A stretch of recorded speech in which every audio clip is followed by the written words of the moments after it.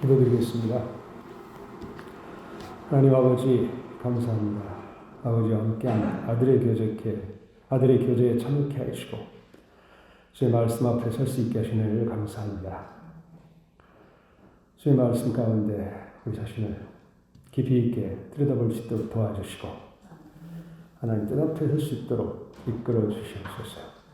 하나님 말씀이 항상 힘있게 우리의 심령과 다운도 영과 혼이 찔러 쪼개지고 하나님의 뜻이 밝히 우리 마음속에 계시되는 예배가 될 수 있도록 주장하여 주시옵소서.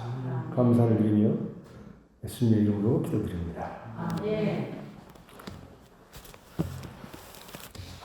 301자 찬송 한번 좀 301자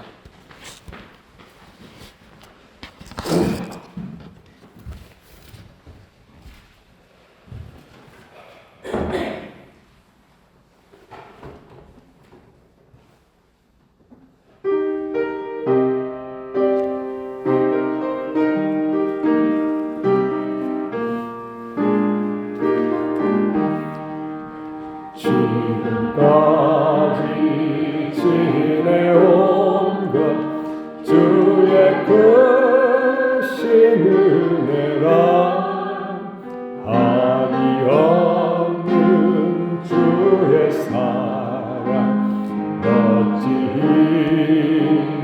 말하랴 자나깨나 주의 손이 항상 살펴주시고 모든 일을 주 안에서 형통하게 하시네. 몸도 맘도 연약하나 세임받아 살았네. 물붓듯이 부으시는 주의 은혜 족하다. 사랑 없는 거리에나 험한 산길에 낼 때 주의 손을 굳게 잡고 찬송하며 가리라. 주님 다시 배올 날이 날로 다가와 무거운 짐 주께 맡겨 벗을 날도 멀잖네. 나를 위해 예비하신 고향집에 돌아가 아버지의 품 안에서 영원토록 살리라. 기도드리겠습니다. 참 좋으신 하나님 아버지, 거룩한 주일 예배를 드리고 다시 한번 오후 예배를 드리기 위해 이 자리에 섰습니다. 하나님 아버지의 무한하신 사랑으로 저희들을 눈동자와 같이 지키시고 보호하시며 인도하신 손길을 몸소 체험하며 모든 영광을 아버지께 드립니다. 참으로 요즘처럼 어렵고 힘든 시기를 보낸 적이 있나 싶습니다. 그럼에도 불구하고 우리는 여전히 주님의 살아계심을 신뢰하며 한 걸음 한 걸음 주의 인도받는 삶 살아가기를 힘쓰기 원합니다. 하나님 아버지, 저희가 요즘 말씀을 통하여 성령으로 살고 성령으로 행하는 것에 대하여 상고하고 있습니다. 주 예수 그리스도의 빛비춤 안에서 어떻게 행하며 살아가야 할지 자세히 주의하여 지혜 없는 자같이 하지 말고 오직 지혜 있는 자같이 하여 세월을 아끼라고 하였습니다. 오직 성령의 충만을 받으라고 하였습니다. 우리 안에 들어와 계신 성령님의 음성을 듣고 성령님의 느낌을 존중하는 삶 살아내기를 원합니다. 오늘 아침에 말씀과 같이 뱀처럼 지혜롭고 비둘기처럼 순결하게 믿음을 지키며 살아갈 수 있는 은혜 베풀어 주시옵소서. 여전히 저희가 육신을 입고 있기 때문에 순간순간 육체의 소욕들로 인해 성령을 거슬 때가 참으로 많음을 고백합니다. 그럼에도 불구하고 다시 한번 바라옵고 원하옵기는 생명의 우리 안에 들어와 있는 생명의 성령의 법 안에서 주님께서 저희 안에서 늘 승리를 이루시고 거룩한 주의 자녀들답게 살아갈 수 있는 힘을 더하여 주옵기를 앙망합니다. 오늘 또한 요한복음의 말씀을 통하여 주님의 빛비침을 다시 한번 얻는 시간 되기를 소망합니다. 나 있는 곳에 나를 섬기는 자도 있을 것이요 내 아버지께서 그를 귀히 여기신다고 하셨습니다. 우리가 몸된 교회 안에서 기쁨으로 주님을 바라고 섬기는 자 되기를 소망합니다. 그리하여 주님께서 귀히 여기시는 등대교회 모든 성도들이 될 수 있도록 붙잡아 주시옵소서. 하루에 1,000명씩 코로나 확진자가 나오고 있습니다. 아버지, 이런 상황 속에서도 믿음의 식구들 보호하여 주시고 지켜 주시옵소서. 한 사람도 침륜에 빠지는 자 없게 믿음으로 살고 행하도록 강권하여 주시옵소서. 또한 우리 눈에 보이지 않지만 지금 이 순간에도 지구촌 곳곳에 나가 있는 주의 선교사님 지켜주시고 안위를 살펴주시옵소서. 질병으로 고통받고 있는 성도들 친히 만져주시고 치유의 손길을 체험할 수 있도록 도와주시옵소서. 오늘도 단위에 세우신 목사님을 통하여 말씀하시고 심령으로 새로워질 수 있는 은혜 함께하여 주시기를 간절히 바라오며 우리 주 예수 그리스도의 이름으로 기도드립니다. 이 말씀은 요한복음 12장 32절로 33절 제가 읽도록 하겠습니다. 내가 땅에서 들리면 모든 사람을 내게로 이끌겠노라 하시니 이렇게 말씀하심은 자기가 어떠한 죽음으로 죽을 것을 보이심이러라. 37절로 50절까지는 교독하시겠습니다. 37절 이렇게 많은 표적을 그들 앞에서 행하셨으나 그를 믿지 아니하니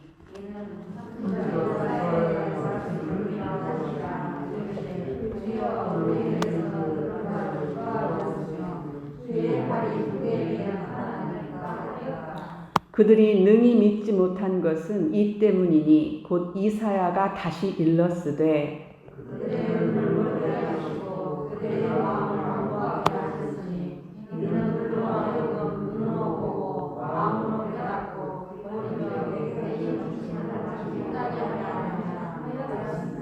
이사야가 이렇게 말한 것은 주의 영광을 보고 주를 가리켜 말한 것이라.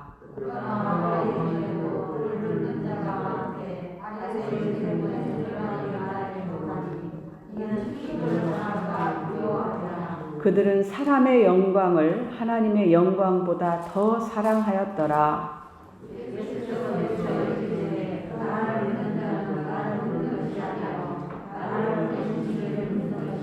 나를 보는 자는 나를 보내신 이를 보는 것이요 벗이니라.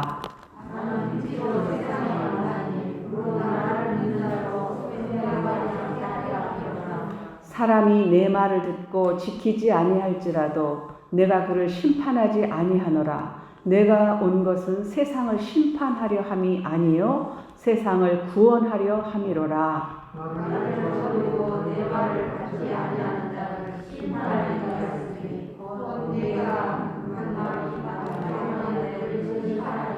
내가 내 자의로 말한 것이 아니요 나를 보내신 아버지께서 내가 말할 것과 이를 것을 친히 명령하여 주셨으니 나는 그의 명령이 영생인 줄 아노라. 그러므로 내가 이르는 것은 내 아버지께서 내게 말씀하신 그대로니라 하시니라. 아멘.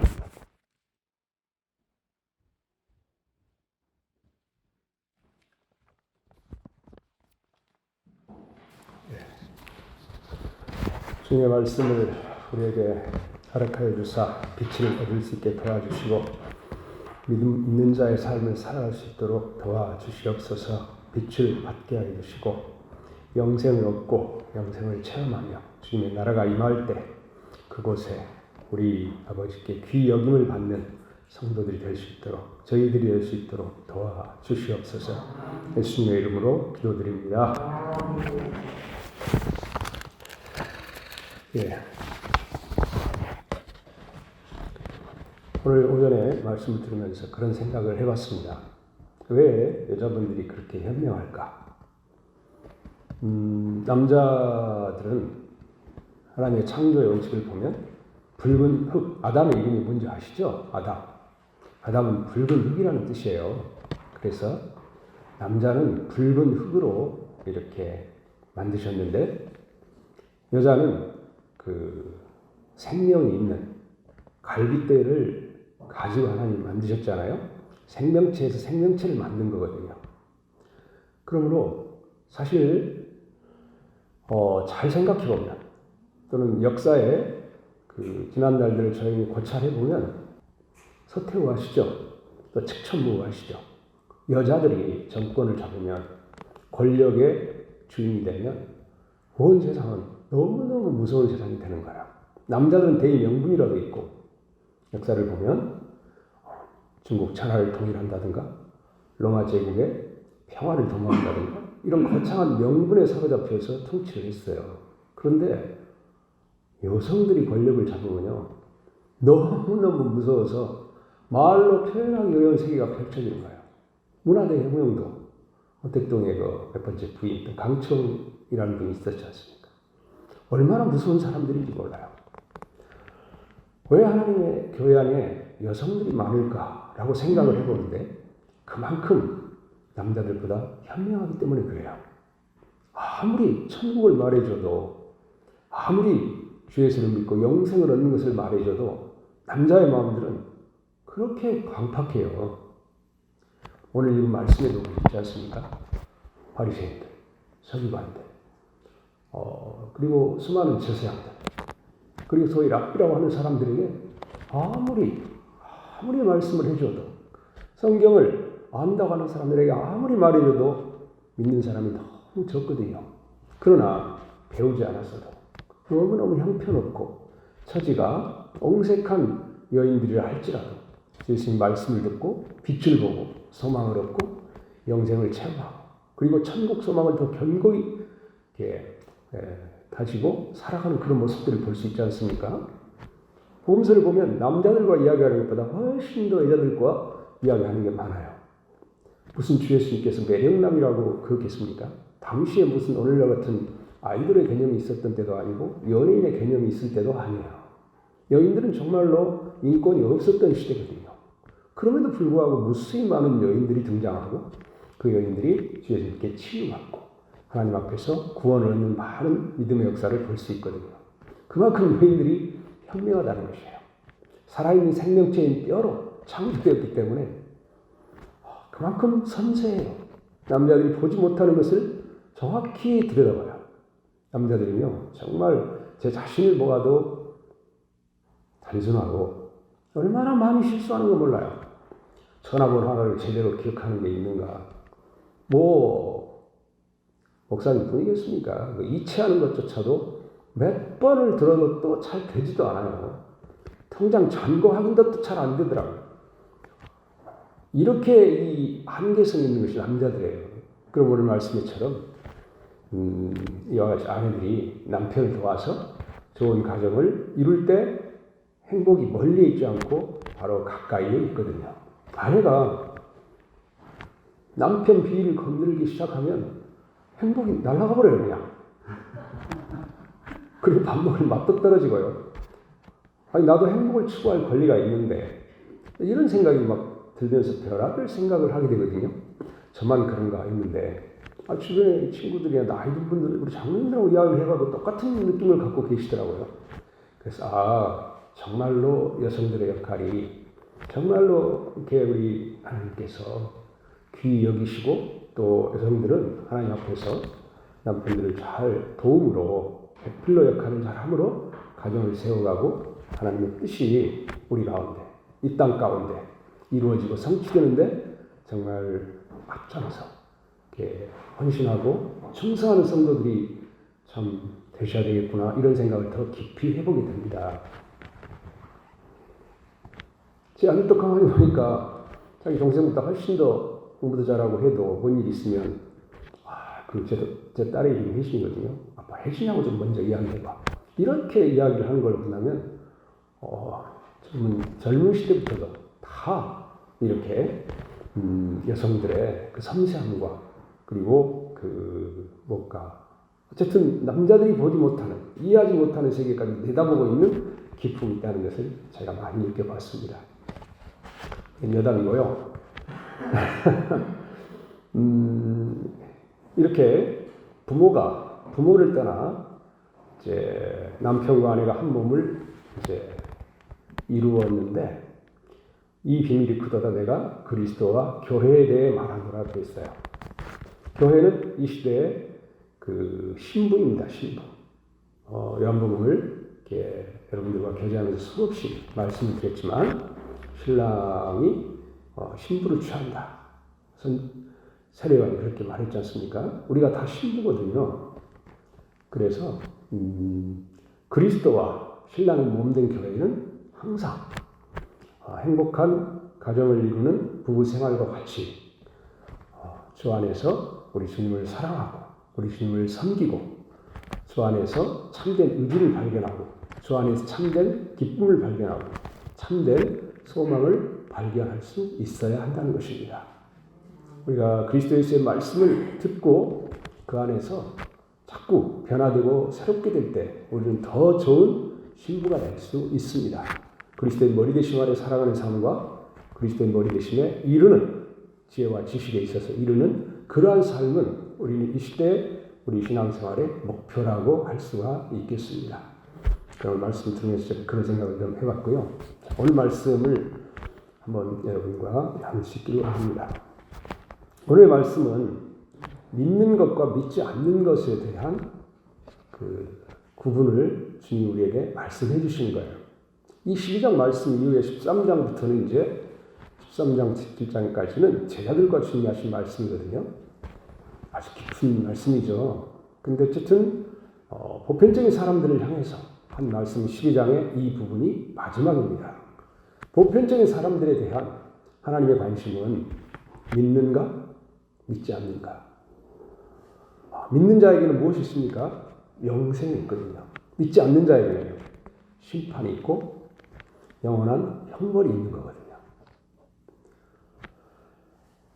믿음과 불신, 이건 요한복음에서 뚜렷하게 제시되는 두 노선이에요.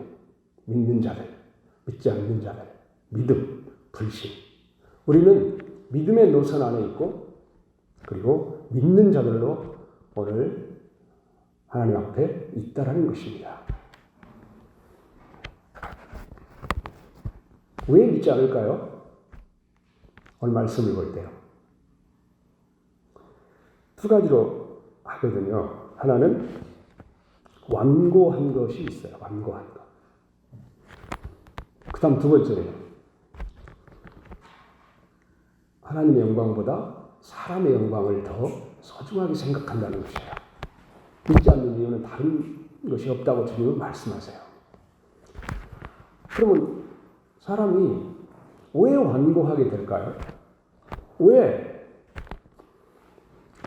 하나님의 영광보다 사람의 영광을 귀하게 생각할까요? 그것은 이 앞절에 있는 말씀과 같이 빛이 없기 때문에 그래요. 거듭남으로 영원한 생명을 얻고 그 생명 안에서 빛비춤을 얻어야 되는데 거듭나지도 않고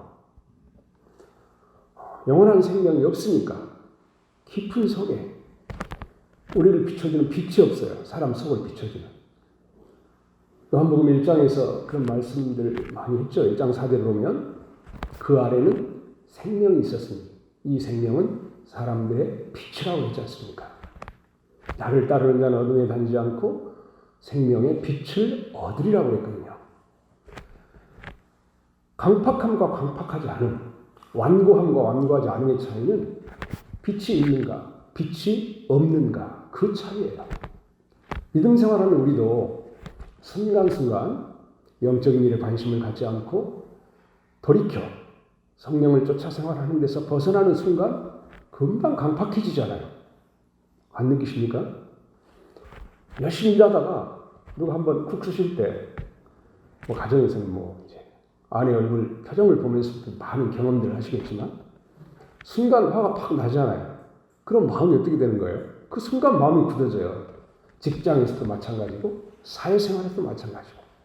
동사무소를 가는데 제가 겸손하게 물어봤는데 불친절하게 대답하면 어떤 생각이 드시죠? 욱 하는 마음이 올라오잖아요.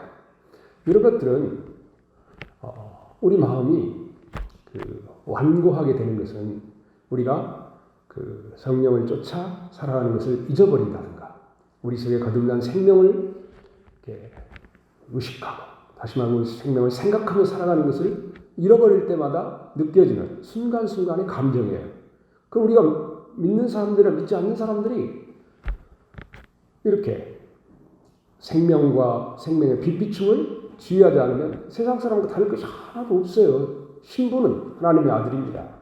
그리고 놀라운 다스리고 초월하고 육체의 일들을요 정복하는 생명을 가지고 있지만 전혀 사용하지 못하는 것과 동일한 것입니다. 그래서 항상 왜 예배에 참석해야 되는가? 왜 하나님 말씀에 충실해야 되는가?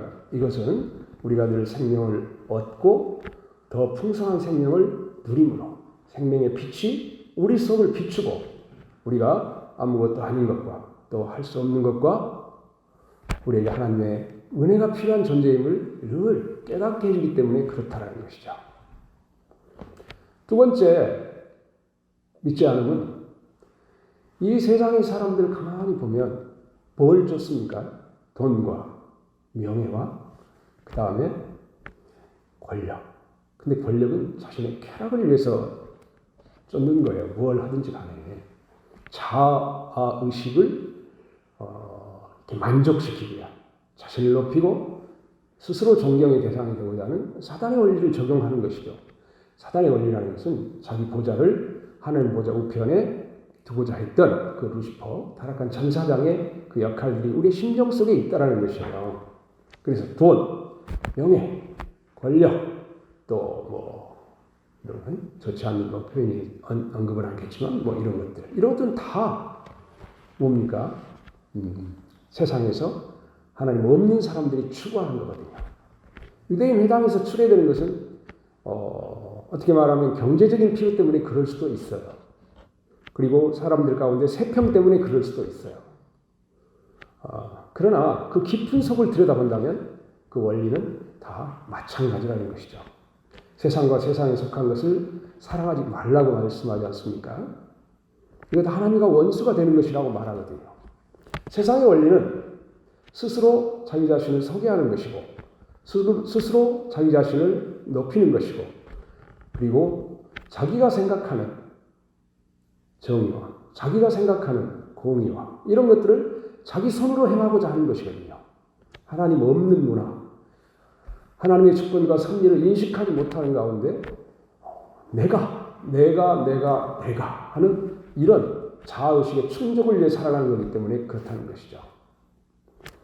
그러므로 이렇게 주님을 따르는 하나님의 자녀로서 또 주님의 제자들은 항상 이렇게 세상에서 자기 영광을 추구하는 것을 조심해야 한다는 것이죠. 여러분 항상 조심하시나요? 남편과 대화에서, 아내와 대화에서, 사회생활에서 여러 동료들과 또는 직장 상사들과 대화할 때 또 뭐 좋은 자리에서 이야기를 할 때 그 대화가 자기를 높이는 것인가 하는 것을 늘 살펴봐야 돼요. 그리고 이것이 나의 존재를 사람들에게 과시하고자 하는 것인가 이런 것들을 늘 헤아려 봐야 한다는 것이죠. 그리고 성령께서 제안하실 때 즉시 받아들이고 항상 오늘 우리는 말씀하셨지만 말하는 사람들 앞에 이렇게 앉는 그런 자세 언제든지 필요하면 그들의 발을 씻어줄 수도 있는 그런 마음가짐의 상태로 모든 관계성을 그렇게 유지해야 한다는 것이에요. 믿음 생활은 단지 듣고 즐거워하는 데 그치는 것이 아니라 우리의 마음가짐과 대단히 중요한 관계가 있어요. 마음가짐과. 저 찬양대 하고 있는데 제가 그런 모습으로 안 나타날까봐 좀 조심스러운 마음도 있습니다. 어쨌든 우리는 주의하고 조심해야 돼요. 이 세상의 사람들은, 암 환자들은 자기가 암이 있다고 생각하면서 주어진 인생을 살잖아요. 안고 산다 이거죠. 그런데 건강한 사람은 평생 살 것처럼 처신하거든요. 그런데 제가 깊은 속에 하나 늘 느끼는 것은 건강한 사람이든 암을 가지고 있는 사람이든 간에 참 사람들이 하나 알지 못하는 게 있는지 안타까워요. 그게 뭐냐면 당신도 나도 죄의 본성이라는 걸 가지고 있거든. 이 말을 꼭 해주고 싶어요. 특히 제 사랑하는 아내에게. 웃지도 않으시네요. 그래서 조심하자는군요. 누구나 다 죄의 본성이 영향력을 발휘하려고 해요. 언제 그렇죠? 우리 권사님 신랑 때문에 교회를 안 오고 싶은 이야기가 좀 마음이 들 정도라고 하길래 우린 다 그런 사람이라니까요. 이렇게 주의하고 조심해야 된다는 것이죠. 그래서 항상 깨어있는 마음으로 생명의 빛을 사모하고 영원한 생명이 우리 안에 있음을 기억하고 우리가 이런 예배자의 삶 속에서 힘을 얻고 위를 얻은 다음에 가정으로 가서 사회를 가서 스스로 자신을 이렇게 낮추고 교제하는 사람 앞에 앉는 그런 마음 자세. 그리고 나는 할 수 없지만 하나님께서 그 일을 늘 행하셔야 한다는 그런 기본적인 느낌들. 그리고 성령의 인도하심을 따라 생명의 성령의 법이 내 속에서부터를 주관할 수 있도록 내가 주님 앞에 마음문을 열고 바라봐야 한다는 것이에요. 믿음의 경주자라고 말하는 것은 바울도 그랬잖아요. 그 참 12서신을 쓴 이 놀라운 바울도 내가 붙잡힌 바 된 그것을 붙잡으려고 쫓아가느라 하고 마지막에 순교의 앞길을 두고도 그렇게 말을 했잖아요. 하물며 내가 신앙생활 몇 년인데 저는 중학교부터 학교 다녔어요. 중간에 조금 쉬긴 했지만 그렇다 할지라도 느끼는 것은 세속의 사람과 별반 다름이 없는 자신의 모습을 늘 발견한다는 것이에요. 그래서 늘 하나님의 긍휼이 필요하고 하나님의 은혜가 필요하고 깨어서 이렇게 생명의 빛이 우리 안에 있고 그 안에서 참된 자유함을 얻는 그런 삶이 늘 우리 안에 있어야 할 것을 느낍니다. 시간이 정말 너무 잘 가네요. 다음에 이제 그러면 믿는다는 것은 무엇입니까? 믿는다는 것은 아버지와 아들이 하나임을 믿는 것이에요. 두 번째는요. 오늘 본 말씀을 보세요. 나를 본 자는 아버지를 보았다라는 것이에요. 아들은 아버지께 번임을 받은 분이거든요. 다시 한번 1장 1절을 말씀드리는데요. 태초에 말씀이 계시니라 이 말씀이 하나님과 함께 계셨으니 이 말씀은 곧 하나님이시라고 했거든요. 이사야가 이 아버지와 아들 관계에 대한 이해를 이상 중에 듣는 거예요. 신격의 회의가 천상에서 열리고 있을 때 내가 누구를 보내며 누가 우리를 위해 갈고 이렇게 신격의 회의가 열린 천상의 장면의 소리를 듣고 이야기하는 거예요. 주여 나를 보내시옵소서. 그 신격의 회의에서 그 이야기를 듣는 거거든요. 여기에 보내시는 분이 있고 보내심을 받는 분이 있게 되는 거예요. 한 분 하나님께서 새 위격의 존재로 존재하시는데 거기에 보내시는 분이 있고 보내심을 받는 분이 있다는 것이에요. 그래서 주님이 보내심 받은 분으로 이 땅에 오셨다니까요. 태초에 말씀이 계시니라 이 말씀이 하나님과 함께 계셨으니 이 말씀이 곧 하나님이시니라. 말씀이 육신이 되어 우리 가운데 거하시네. 이렇게 말씀이 나와 있잖아요. 그러므로 주님의 말씀을 듣는 것은 누구의 말씀을 듣는 것입니까? 보내신 분, 아버지의 말씀을 듣는 거라니까요. 주님의 말씀을 영접하는 것은요. 아버지의 말씀을 받아들이는 것이에요. 나로 말미암지 않고는 아버지께로 올 자가 없느니라는 말씀이 있지 않습니까? 생각해 보세요. 선한 일을 해가지고 하나님 아버지께 나갈 수 있다면 우리가 왜 여기에 앉아 있어야 합니까? 예수를 발견한 것이 무슨 그렇게 대단한 것이에요? 그런데 나로 말미암지 않고는 아버지께로 올 자가 없느니라고 말씀하지 않습니까? 보내시는 분이 있고 보내심을 받은 분이 있는데 이 보내신 분 받은 분을 통해서 우리가 보내신 자를 찾는다는 것이에요. 예수님을 만나고 나서 우리는 이런 신앙 고백이 있지 않습니까? 아버지, 하나님, 다 이렇게 기도 안 하셨나요? 처음 예수님을 만났어요. 찬양하고 영접하고 너무 좋았어요. 환경이 어렵고 그럴 때 비로소 무릎을 꿇고 기도하기 시작했어요. 그럼 나도 모르게 하나님 아버지 이렇게 다 기도 안 해보셨는가요? 이렇게 기도해 보셨잖아요. 주님을 만난 뒤에 우리 속에 하나님의 아버지를 찾지 않습니까? 그러다 생활하다 또 잊어버리고 또 잊어버리고 좌절이 있고 실망이 있을 때마다 아버지 하고 다 부르짖으시잖아요. 아버지 아버지 아버지 이렇게 우리는 부르짖습니다. 그것이 뭐냐면요. 아들을 보내셨어요. 아버지께서. 아들을 통해서 우리가 아버지께 나아가는 것이에요. 전번에도 말씀드렸지만 그런 의미에서 십자가의 죽음은 참 세속을 추구하는 육신의 정욕과 안목의 정욕과 이생의 자랑을 추구하는 사람들에게는 아무 의미가 없어요. 이스라엘의 영광을 회복하기를 원하는 사람 눈에는 아무 의미가 없다니까요. 그러나 자신이 언약 백성을 기억하고 하늘에 계신 아버지를 만나고 천국의 소망을 가지고 하나님 나라를 사모하는 사람들에게 있어서는 우리 주님이 휘장 가운데 새롭고 산 길을 열어놓으신 분이라니까요. 누구든지 자기의 의가 아니라 예수 그리스도의 피를 힘입어 지성소에 들어갈 담력을 얻는 거라니까. 그리고 은혜 보좌 앞에서 주님 앞에 기도하고 간구하며 죽는 날까지 응답이 되든 안 되든 기도하고 간구하며 영혼의 세계 속에서 삼위일체 하나님과 교제를 갖는 우리의 모습을 발견할 수 있어야 한다는 것이죠. 이것이 정말 아버지와 아들의 관계성 속에서 보내심과 보내심을 받는 자의 관계성이에요. 그다음에 두 번째는 나를 본 자는 아버지를 보았거늘 어찌하여 아버지를 보여달라 하느냐. 그러니까 빌립이 그런 이야기를 했지 않습니까?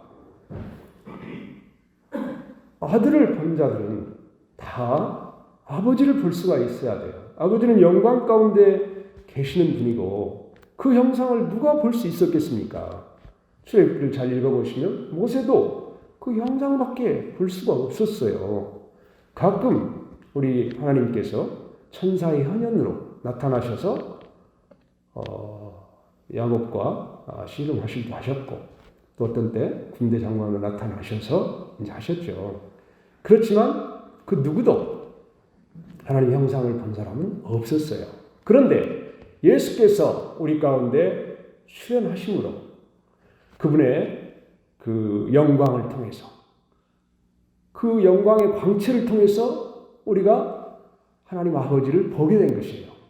히브리서 기자는 그런 근본 하나님의 본체시나 그게 아니고요. 히브리서 그는 보이지 아니하는 하나님의 형상이요.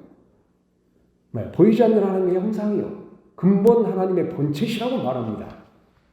그 예수 그리스도를 통해서 하나님의 영광이 나타나고 표현된 거죠. 겟세마네에서 기도하고 사람들이 나와 가르치실 때 제자들에게 가르치실 때 그 말씀을 듣고 있던 사람들이 그분의 다 영광에 사로잡힌 것 아니겠습니까? 오병이어의 기적을 보면 사람들이 먹는 것을 다 잊어버렸잖아요. 배고픈 것도 잊어버렸어요. 그게 뭡니까? 예수 그리스도 통해서 하신 말씀이 놀라웠을 뿐 아니라 그분이 참된 성전으로 사람들과 함께 거룩한 빛 가운데서 그 임재가 그들의 마음을 다 사로잡고 모든 것을 잃어버렸던 것이에요. 배고픈 줄도 몰랐다는 거예요. 말씀이 끝날 때 먹을 것이 어디 있냐 묻고 그분이 이제 보리떡 5개와 물고기 2마리로 5,000명을 먹이고 12광지를 걷는 믿음의 역사를 보여주지 않습니까? 그래서 우리는 그때그때 사람들이 그 예수 그리스도를 통해 나타나는 하나님의 영광하는 빛을 우리 마음에 비추셨다고 하는 사도 바울의 말씀을 잘 기억할 수 있어야 한다는 것입니다. 여러분, 하나님 아버지를 성부 하나님의 영광을 보셨습니까? 한 번도 안 보셨어요? 기도할 때 예수 그리스도 안에서 느끼는 어떤 빛이 깊은 속을 환하게 한다면 희미하게나마 다 우리는 하나님 아버지께서 그분의 영광을 우리에게 알게 하신 거예요. 만일에 히브리서 3장의 그 말씀처럼 은혜의 보좌 앞에 담대히 나아가는데 하나님의 영광빛을 보지 못한다면 성경 말씀은 뭐가 되겠습니까? 거짓말이 되지 않겠습니까? 그러나 우리가 부르짖으며 탄식하고 고통 가운데 하나님께 간구할 때 예수 그리스도 안에 있는 하나님의 영광하는 빛을 우리 마음에 비추시는 역사가 있거든요. 그럴 때 그렇다라고 힘을 얻고 위로를 얻고 격려를 얻거든요. 어린 시절에 그것을 어떻게 깨달았겠습니까? 우리의 신앙의 열림이 더해지고 나이가 들어가고 인생이 참 험하고 아무것도 아니구나라는 느낌을 가질 때 비로소 참되게 점점 더 깊이 있는 하나님과의 교제를 추구하지 않습니까? 그럴 때 이런 많은 체험들은 우리로 하여금 예수 그리스도가 어떤 분인지 예수 그리스도를 통해서 하나님 아버지를 뵙게 되는 것이죠. 그 찬송가 있지 않습니까? 그 찬송가. 그 주의 손의 못자국을 보아 알겠네. 부활한 주님 몰랐어요. 그런데 워낙 영광 가운데 변화되시기 때문에. 그런데 이 손의 못자국을 보아 알겠다는 그 찬양 있잖아요. 그 찬양을 하면서 여러분이 눈물을 흘리신다면 여러분은 분명히 여러분이 알건 모르시건 간에 다 영광의 하나님을 만난 것이고 우리 주 예수님을 정말로 인격적으로 체험하신 분들입니다. 그 찬양이 여러분에게 감동을 주신다면 여러분이 잊어버릴 수 있죠.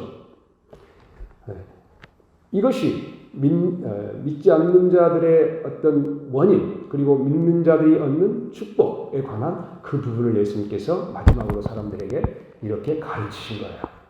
그리고 마지막으로 세 번째 이야기를 하는데 심판은 누가 합니까?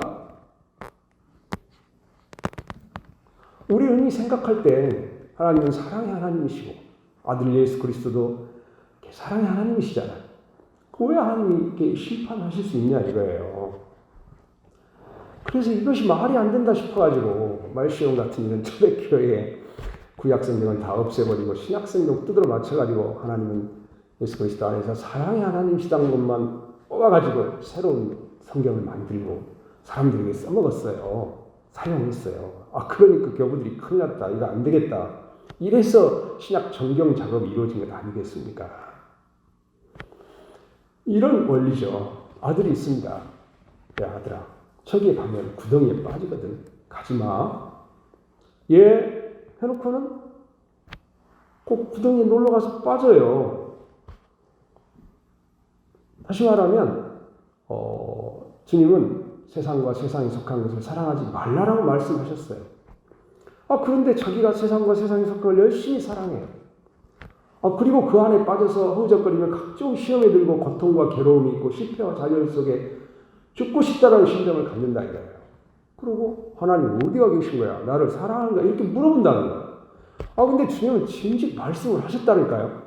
내가 이렇게 세상과 세상에 속한 걸 사랑하지 말라고 했지 않냐? 그러니까 모든 주님의 말씀은 사람들에게 믿을 것과 영원한 생명을 줄 것과 하나님의 자녀가 될 것과 하나님의 백성 될 것과 더 풍성한 생명을 누릴 것과 내가 양의 큰 목자로서 너희를 돌볼 것과 이런 많은 언약들을 주시잖아요. 죄 사함을 허락하실 것과 죄 씻음을 주실 것과 질병의 치유를 수없는 말씀을 하셨고 또 그렇게 해왔어요. 그런데 이런 적극적인 것 말고 혹여 아니다라고 하신 수없는 말씀이 있거든요. 그럼에도 불구하고 사람들은 자기가 가서 웅덩이에 빠지고 자기가 가서 차 사고 나고 하지 말라는 왜 그 신호등 빨간불 때 건너가지고 사고를 하냐 그 말이에요. 그 말 뜻이에요. 그러니까 말씀이 육신이 되어 이 말은 성육신을 가리키는 말입니다. 그러니 마지막 부분의 말은 주님이 그분의 사랑하는 자녀들을 위해 성경에 수없이 말씀을 주시고 예배자의 삶 속에서 여러분 예배에 참석할 때 수없는 말씀들을 듣지 않습니까? 끊임없이 주님은 성령 안에서 이런 사역자들을 통해 우리에게 말씀을 주세요.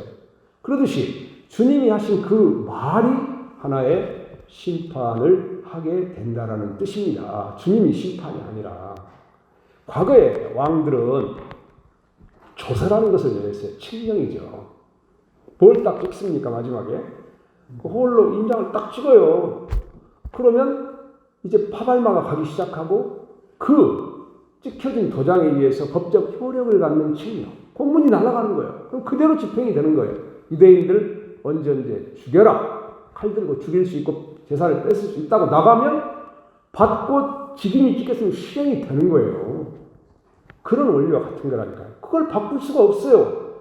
옛날 시대에는. 그럼 바꾸려면 어떻게 해야 돼요? 다시 보내가지고 대적해서 싸울 수 있다. 그 말을 주어야 그들도 대적해서 싸움으로 자기의 재산과 생명을 보호할 수 있었다라는 거예요. 그때 당시의 문화적 배경 속에서 이런 말씀을 이해하시라고요. 그래서 우리를 심판하는 것은 이렇게 하나님께서 우리에게 하신 그 말씀이 우리 자신을 심판하는 것이지 하나님이 사랑이 하나님이 아니고 우리 주 예수님 믿지 않는 자를 심판한다고 그렇게 생각하시면 안 돼요. 하나님은 사랑이십니다. 아들 예수 그리스도는 이 하나님의 사랑의 표현이세요. 언제나 돌아오시기를 원하고 회개하며 돌이키는 모든 사람들에게 죄사함과 죄 씻은 은혜를 주시고 은혜 보좌 앞으로 이끄시고 우리를 생명수 샘물 안으로 이끄시고 생명강 안으로 우리를 이끄신다는 거예요. 한 가지만 더 교제하고 마치겠습니다. 이 앞에 들려야 인자가 들리는 것을 제가 두 방면을 말씀드렸어요. 하나는 어린 양 속죄에 관한 부분이 상세히 말씀을 드렸고 또 이렇게 주님이 죽으셔야 사람들이 거듭날 수 있다는 말씀도 드렸죠. 거듭남으로 그 생명이 다시 말해서 이렇게 우리 안에 있고 우리는 이제 그 혼생명을 부인하고 떨쳐버리고 영에 속한 생명을 생명과 성령의 법, 성령을 추구함으로 얻게 되는 이렇게 성령과 함께하는 그런 생각들이 우리를 구원한다고 제가 말씀을 드렸어요. 조금 더 보충하자면 육체의 생명이 있습니까? 없습니까? 이 성경은 항상 분명하게 우리에게 말해줘요. 육체의 소욕은 뭐가 원수한다고 그랬죠? 네, 성령과 원수가 된다고 그랬잖아요. 육체에서 욕심이라는 뜻이에요. 가만히 있어 보세요. 그냥 별하별 육체 내 정신세계에서는 아니다 싶은데도 육체에서 확 있잖아요. 이런 여자들 같은 좋은 물건도 사고 싶고 그냥 막 여행 가고 싶고 이런 육체 욕심이 있어요. 남자들 같은 거 건강한 사람 같은 별하별 희한한 생각들이 들 거 아니에요. 육체의 욕심이 그 육체의 생명이 있다라는 것을 보여주는 거거든요. 그리고 그리고 또 하나는 내 육체 속에 또 다른 한 법이 있어. 나를 죄고 아래로 이끌어오는 것을 보는도다 그랬지 않습니까? 그럼 육체의 생명이 있다는 건 분명하잖아요. 그러면 혼생명은 주님이 그렇게 말씀하셔요. 자기 생명을 잃어버리는 자는 그렇게 말하거든요. 이것은 프스케라고 제가 말씀을 드렸죠. 우리 혼생명을 항상 떨쳐버리고 부인하는 습관을 가져야 한다는 것이죠.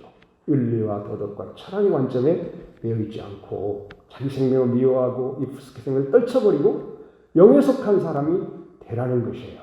히브리서 4장에 보면 하나님의 말씀은 살았고 운동력이 있어 좌우에 날선 검보다 어떤 검보다 얘기하여 영과 혼과 및 관절과 골수를 찔러 쪼개기까지 한다고 했거든요.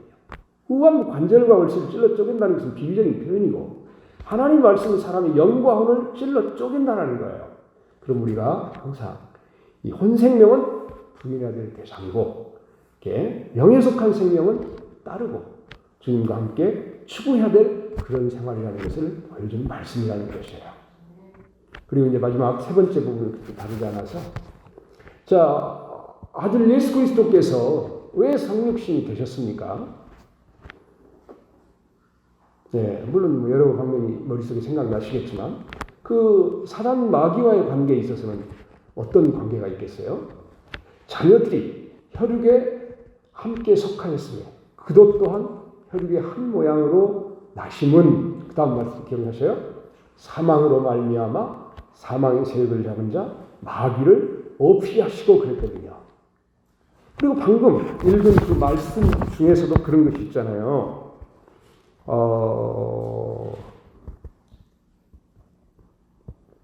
말씀 중에서도 그 사단을 이렇게 끝내겠다는 말씀이 있었는데 아까 이 보면 예.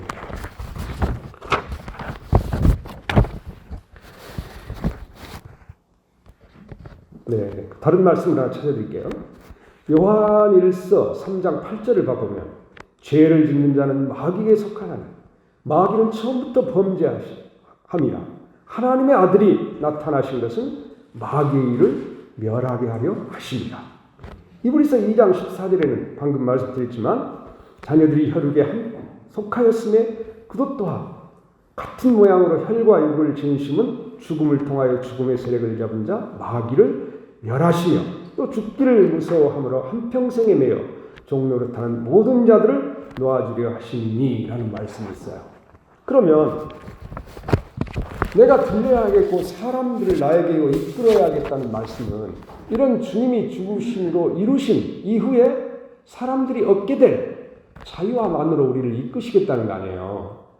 우리는 사망에 매여서 늘 무서워해요. 죽기를. 그런데 주님이 그러한 사람들을 주님 안으로 이끄세요. 주님은 죽고 부활하신 분이거든요.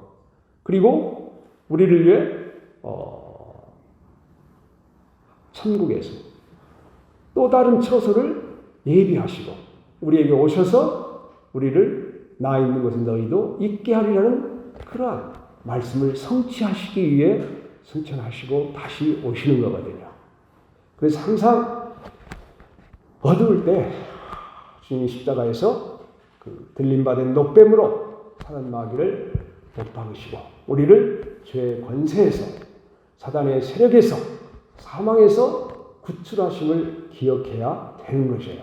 사망을 우리가 무서워할 필요가 없어요. 사망아 너의 쏘는 것은 무엇이냐 하면서 사망에 쏘는 것은 죄요 죄의 권능은 율법에 이렇게 말하므로 율법을 통해서 너희들이 죄를 깨닫고 뭐 죄가 있으므로 너희가 사망으로 말미암아 무서워하고 정죄함을 받는다. 그렇지 않다. 이제는 우리 주 예수 그리스도 말미암아 이김을 주신 하나님께 감사한다. 예수 그리스도에서 죽고 부활하심으로 우리는 죄의 권세에서 완전히 해방된 사람임을 확신할 수 있어야 한다는 것이죠. 기도할 때 정말 주님의 죽으심을 속에서부터 감사하고 주님의 죽으심으로 인해서 이루신 믿음의 역사를 우리 안에 더욱더 주님이 적용할 수 있고 또 이함으로 승리자의 삶을 살아갈 수 있도록 주님이 저희들을 이끌어달라고 그런 기도도 해야 되거든요. 항상 우리는 그냥 어두워요. 우리 마음이. 사단이 얼마나 잡아가는지 몰라요. 가만히 있으면 별의별 생각들이 다 들고 그러거든요. 그게 찬양을 들을 때 주여 그냥 주님 이렇게 하면서 어둠과 흑암 다 떠나가고 생명과 빛 하나님의 능력과 힘이 우리 속에 넘치길 원하는 그런 승리자의 기도와 찬양도 늘 함께 있어야 될 것으로 생각합니다. 이런 복된 삶을 사시기를 주의 이름으로 축복합니다. 기도드리겠습니다. 하나님 아버지 주님의 귀한 말씀 속에서 우리가 늘 위로를 얻고 힘을 얻고 하나님께 더욱더 믿음의 경주자로 살아갈 수 있게 도와주시옵소서. 우리는 약한 자이고 부족한 자이고 죄의 본성을 가지고 있는 사람들이오매 하나님께서 우리를 모든 죄악과 우리의 연약함에서 구출하시고 하나님의 교회를 섬기며 이 땅에 하나님의 교회를 섬기는 수많은 목회자들과 함께 하나님의 교회를 온전히 섬기며 봉사하는 복된 삶을 살아갈 수 있도록 도와주시옵소서. 예수님의 이름으로 기도드립니다. 오늘 이런 예수님이 우리 가운데 오셨지 않습니까? 그래서 622장 그 찬양 한번 같이 해봄으로써 25일 성탄 예배를 우리가 한번 다 같이 준비하고 또 예배 중에 우리가 이런 주님께 감사의 뜻을 잘 마음으로 또 물질로 표현해드리는 그런 시간이 될 수 있으면 좋겠습니다. 그러면 122장 찬양도 했던 거죠.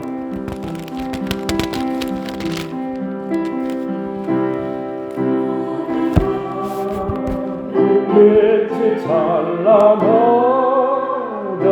우리 주 예수님 나시니라.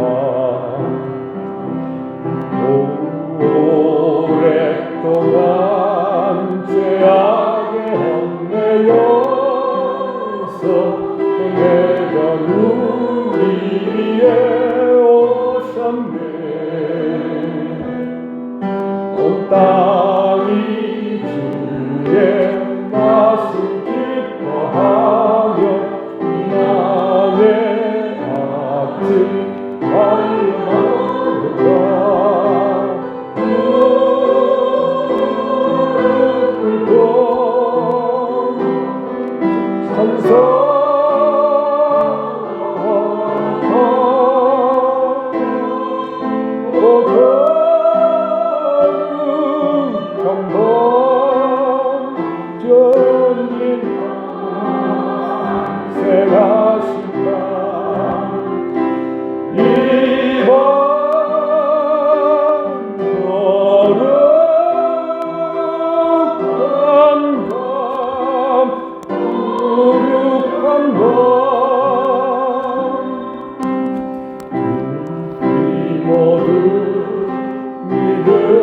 빛을 따라 그 앞에 감사로 나가세. 동방박사 별빛의 흰꽃 따라 주 나신 베들레헴 찾았네. 하나님의 왕이 이 땅 위에 서서 우리의 참된 친구 되시네. 우리들의 영영 강하신 주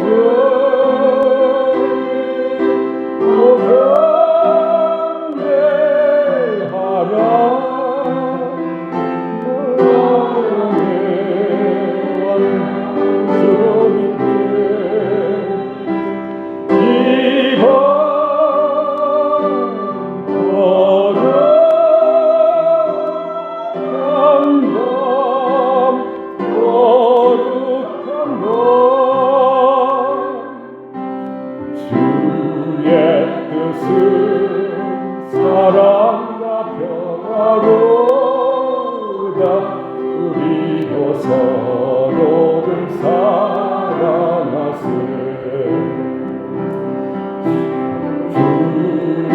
주님께서 사슬을 두르시니 이 땅에 억눌림이 사라져 기쁨의 찬송 함께 부르면서 주님의 이름 높이 드리세.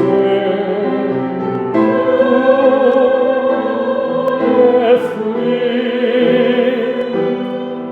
그 이름 영원하리. 다섯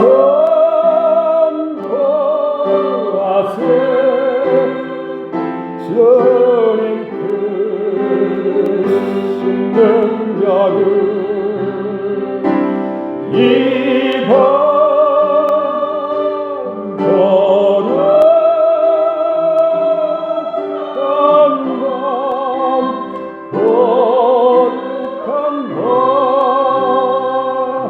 기도와 마치겠습니다. 이제는 우리 주 예수 그리스도의 은혜와 하늘 아버지의 크신 사랑과 성령 하나님의 이로 감동 감화의 역사가 온 땅에 살아가는 주의 백성들과 등대교회를 섬기고 충성하며 함께 교회 원칙을 관심하는 사랑하는 성도들의 머리와 신령과 그 가정 위에 이제로부터 영원까지 함께 계실지어다. 아멘.